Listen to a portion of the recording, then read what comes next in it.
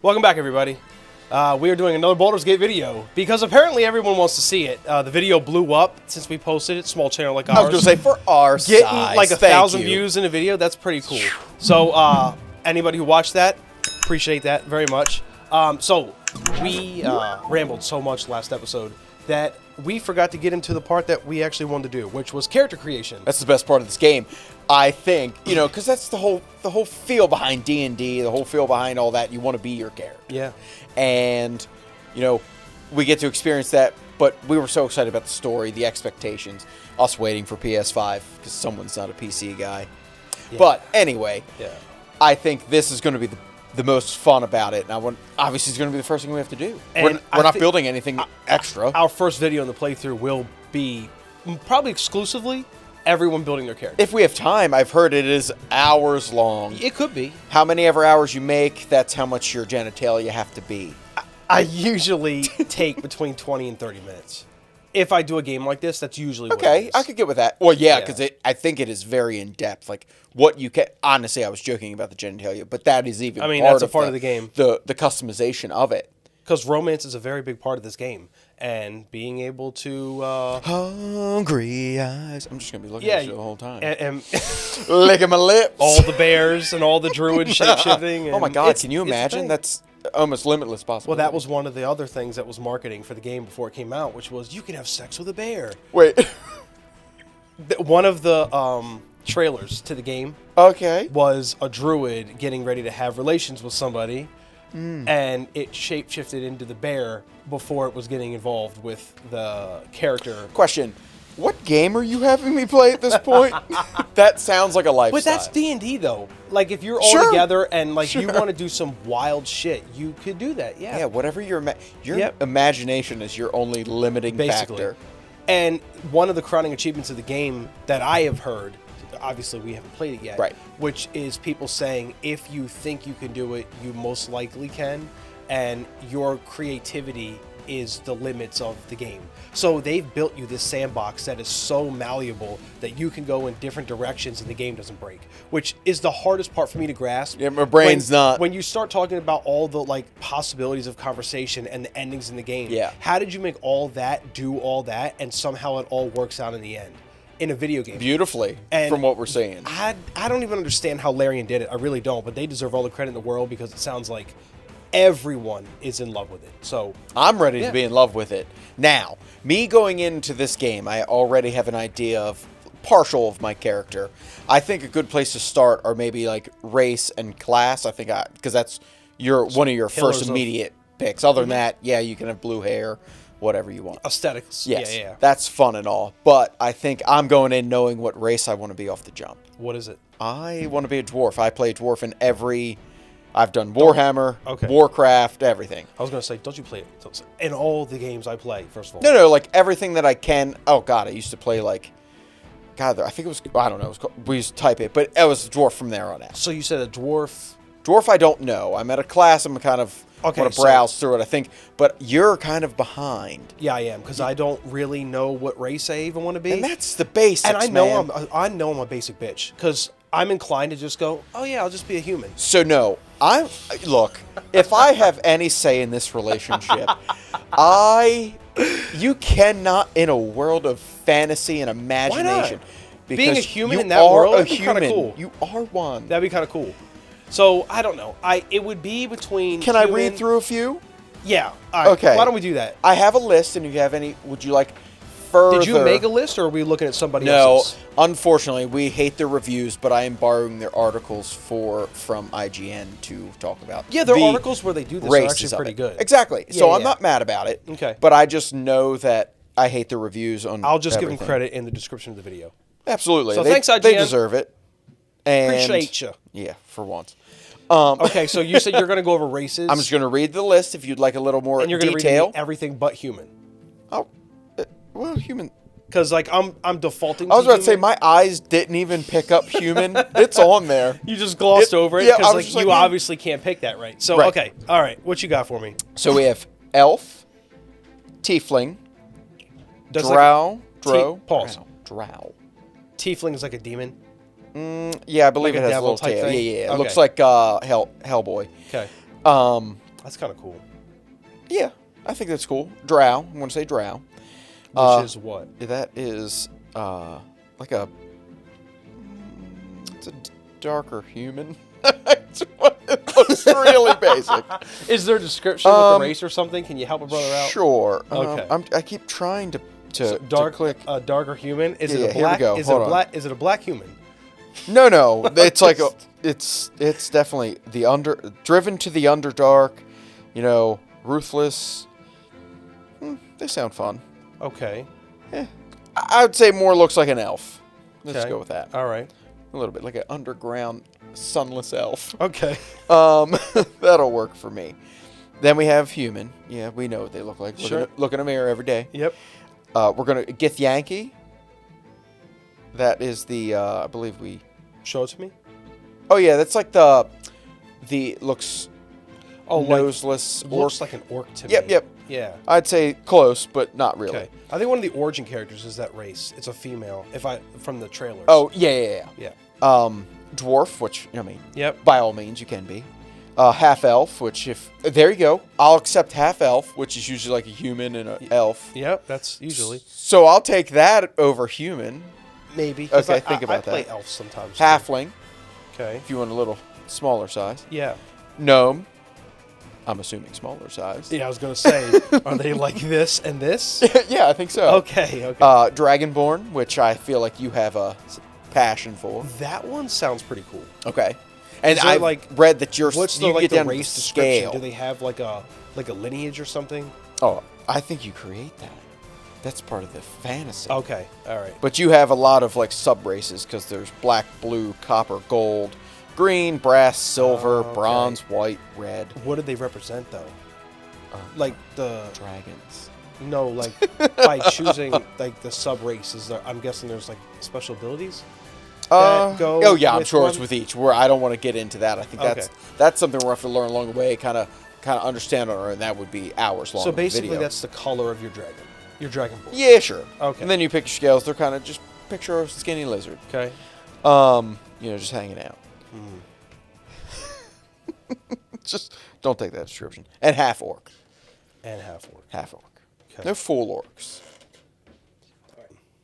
All right. I'll make you a deal, Rye. Okay. You can be a human. Okay. But I need you to have an average penis size. I don't want no fantasy. I want you to live average. Okay? You want to live this basic life, bitch? You take your basic genitals. Okay. I'll make that deal with you. All right, good. We're an average human. Yeah, okay. Cool. So, we're going with human and dwarf. No. Okay. Wow. Okay. No. All right. Man, the tiefling sounds pretty cool, too. Yeah, the little, I wonder if you could be a good tiefling. Descended from devils of the nine hells, tiefling face constant suspicion of Faerun. Thankfully, their arcane abilities make them natural survivors.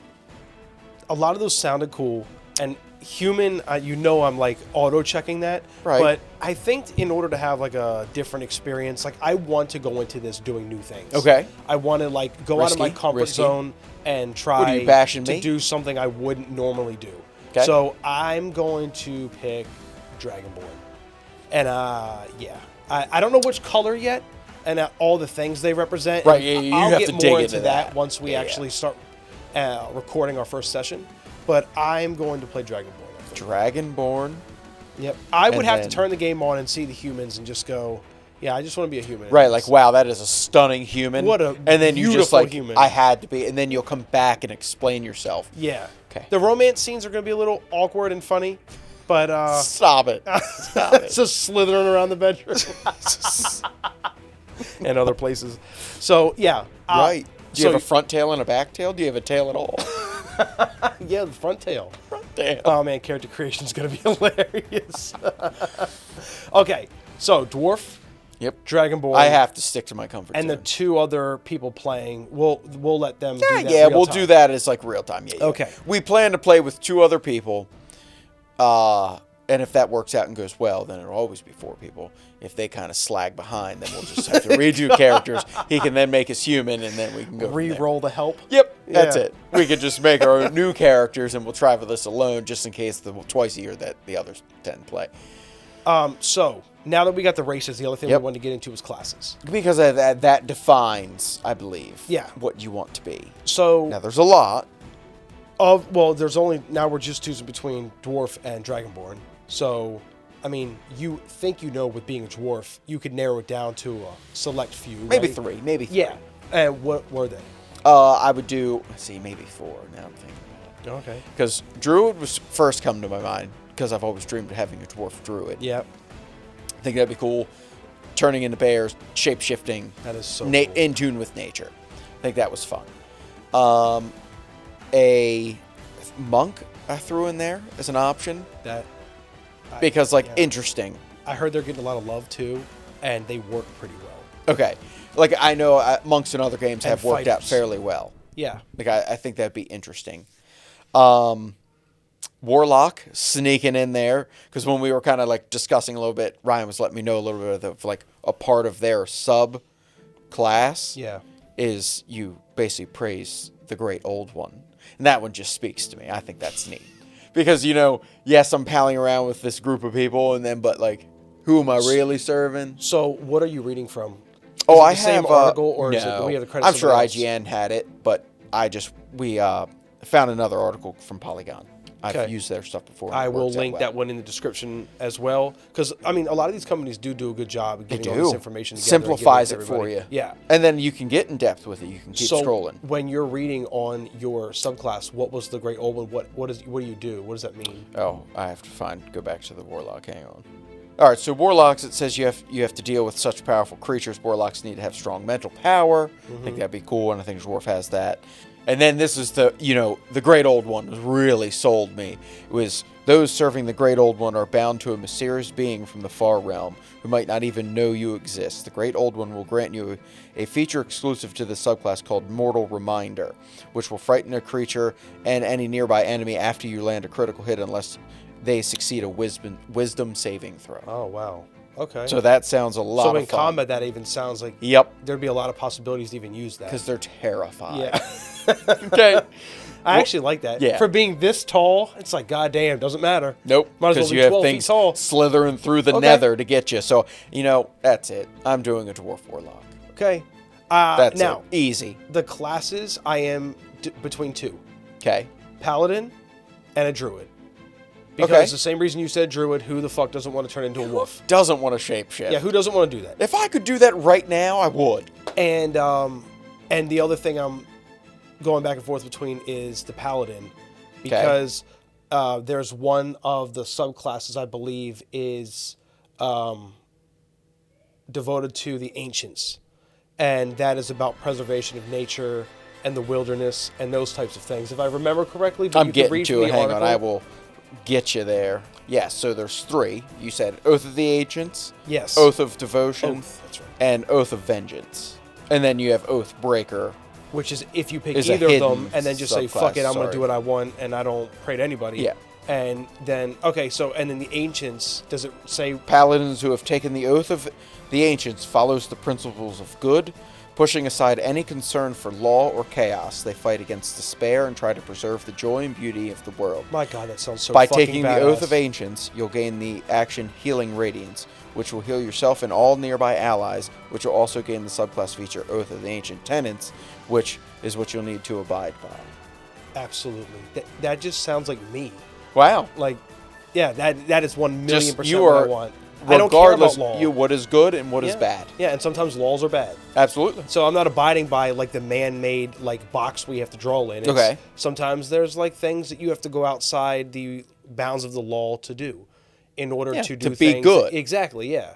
Because the law just wants you to be in a box and preservation of nature. So and a dragonborn paladin. A dragonborn paladin that is a oath to the ancients, or the druid, which we didn't get into. We did not. I thought you were just picking that was you. Because I just thought druid, shapeshift. Do you need to know me more? Me shapeshift. Me be bear. Yeah. That's it. Done. Me lion now. Never come out of it. But so what? Can you pick your shapeshifts like that, or is it like a wolf and a bear? I just want the game to open up, and I'll find the answers after that once we get going. I don't need to know the details. Druids, if you want to shapeshift into a werewolf, well, you got me. There you go. I mean, what else do you need to know? Yeah. So subclasses. Hit me. At level 2, Druids choose their subclass. Okay. Circle of the Land, Circle of the Moon, and Circles of the Spores. God, I don't know. Now I know I'm sticking with it. I have to be. No. You sticking with your choice. Here's Circle of the Moon. Okay. Circle of the Moon druids are more focused on wild shape than the others. They have an additional wild shape, a polar bear that can goad enemies into attacking. While in wild shape, you get the Lunar Mend action that spends a spell slot in exchange for hit points. Shit. Who doesn't want to be a fucking polar bear? Right. That's what I read. I was like, well, that would make a lot of sense. Okay, what's the next one? Oh boy, Circle of Land connect with the magic that flows through the earth. Dope. They get one additional cantrip and the natural recovery action, which allows you to replenish your spell slots once per long rest. Okay. And then the spores. This one. They focus on the return to the earth part of Circle of Life. You gain the Bone Chill cantrip that deals 1d8 necrotic damage and imposes disadvantage on the target's next attack. Wow. Roll. You also get the Halo of Spores, which is deal 1d4 necrotic damage as a reaction, and Symbiotic Entity. Gain 8 temporary hit points and deal an additional 1d6 necrotic damage actions. So fungus, like poison. Like The Last of Us. Damn. Yeah, Druids man, I was just like, I'm pretty much going to be a paladin. Yeah. And you read Druid. Yeah. Like, well. I was a little shocked by that, friend. Now I'm down between... So you are a Druid and Paladin. Druid and Paladin, and then what was the one Paladin we went with? Oh, the Ancients. Oath of the Ancients. And now with the Druid, it would be the Moon. Yes. Circle of the Moon. Circle of the Moon. Yeah. So Circle of the Moon, Druid, or Oath of the Dragonborn turning into a polar bear. I mean, come on. I mean, that sounds pretty wicked. Yeah, it does. What if you keep coming with some of the dragon-like features? Yeah, so that's... And I guess I'll make my final decision when you guys tune in to see our actual video of the first episode, because I'm going to create my Dragonborn first. Okay. And then... See what speaks to you, whether he looks more like a Druid or more like a Paladin. I don't want to choose right now. I'll think about it, and when we actually go to create, it'll be either the Paladin or the Druid. Yeah, who knows? We change our minds. Because seeing which this beauty is brought to us in visual is going to be, I think, a lot more to take in. What do you mean? Say more. Like, when we're building the characters and you're building a dwarf. Oh, and you actually have the graphics. And you see it, it's well, oh my. Like, I want this if you cycle through, like, a half-orc, fighter or, a drow monk. And then the craziest part, if it's possible, over everything else is as big as the game is, as deep, as immersive. It also looks amazing. Yeah. Everything I've seen Everyone has said you're going to be surprised about just how gorgeous the game is. You will weep like a small child. I'm just saying. How did they did all that, and they also made it look like a 10 out of 10? Yeah. Larian was busy. No wonder early access was 3 years long. Wow. Yeah, they gave it October 2020. They said play the first act and get back to us. In 3 years, they collected that data up until it released. And that's why they released it. And it was like, this is what everybody wanted. It's because they got all the feedback. What to take out, what to put in, different ideas maybe their own team didn't think of. That's exciting. And that's why it ended up being This is why we get what we get. Yeah, exactly. And honestly, there's not been a game I've been excited about on a console in quite some time. This tickled that fancy? I think so. Okay. I think so. All right, very good. Forcing me to buy a PlayStation. We're almost there. September 6th. Please come down the street. And we will see you guys for episode 1 of the playthrough.